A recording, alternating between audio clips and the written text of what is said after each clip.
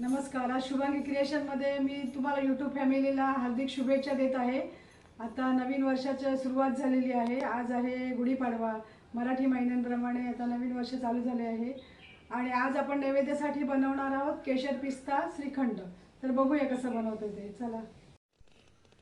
आता ह्याच्यामध्ये दूध गरम करून घेतलं हे आणि कोमट कोमटच आहे आणि ह्याच्यात बघा ह्या टोपांमध्ये दही लावून घेतलं साईडला. आता हे दूध आपण त्याच्यात ओतूया.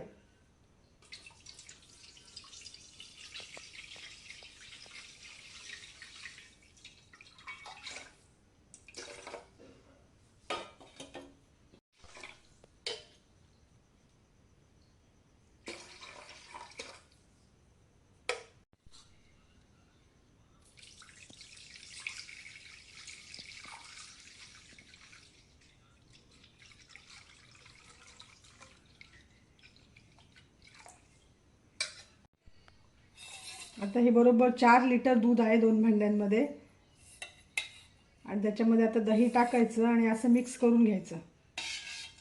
हे ढवळून ढवळून ठेवायचं आणि आता उद्या सकाळी दही मस्त घट्ट होईल.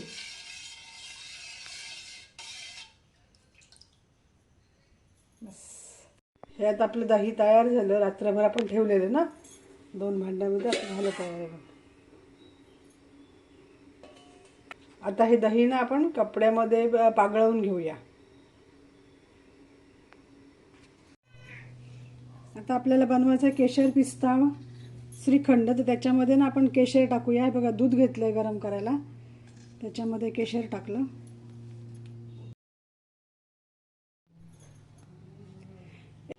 आता दुधामध्ये पिस्ता आणि बदाम बारीक केले ते टाकूया.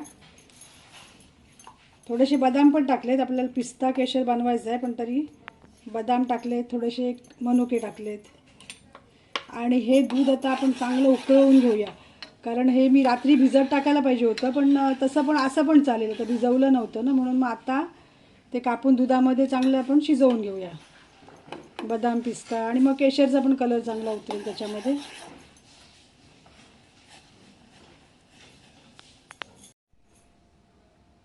बघा आपला आता चक्का तयार झाला. हा बघा. आता ह्या बाउलमध्ये काढून घेऊया.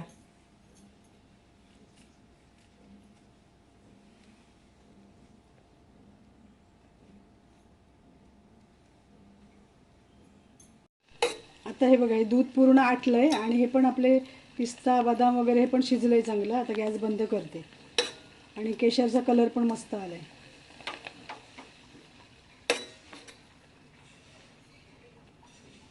आता ह्या चक्क्यामध्ये पिठी साखर टाकूया. हे बघा साखर घेतली, पाव किलो घेतली. तर किती लागते बघूया, त्याप्रमाणे मी तुम्हाला अंदाज सांगते. पाव किलो साखर घेऊन मिक्सरला लावली. पहिले आता पिठी साखर मिक्स करूया. पाव किलो साखर पूर्ण लागणार आहे कारण का जरा टेस्ट करून बघितलं थोडंसं फिक्की लागते. तर आता पाव किलो साखर पूर्ण टाकली. पूर्ण पाव किलो साखर झाली आणि आता हे आपण हे टाकूया, वेलची जायफळ टाकूया. आता वेलची जायफळ मिक्सरला लावलेले ही पण टाकून घेऊया. वेलची जायफळ टाकताना पण कंजूसी नाही करायची, जरा जास्तीच टाकायची. आणि आता हे आपलं सगळं मिक्स आहे ना पिस्ता बदाम ते टाकूया.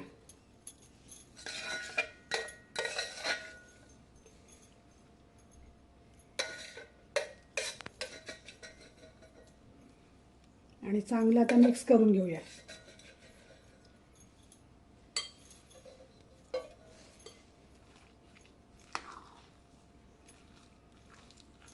मस्त कलर आला बघा.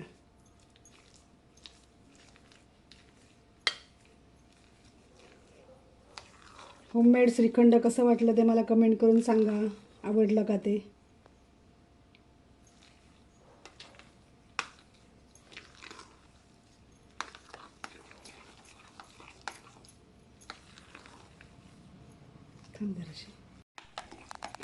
बघा आता मस्त मिक्स झालंय. आता जेवण होईपर्यंत आता फ्रीजमध्ये ठेवूया मस्त थंडगार व्हायला. झालं आता आपलं थंड झालंय मस्त श्रीखंड. केशर, पिस्ता, बदाम. इथं नैवेद्य पण तयार आहे.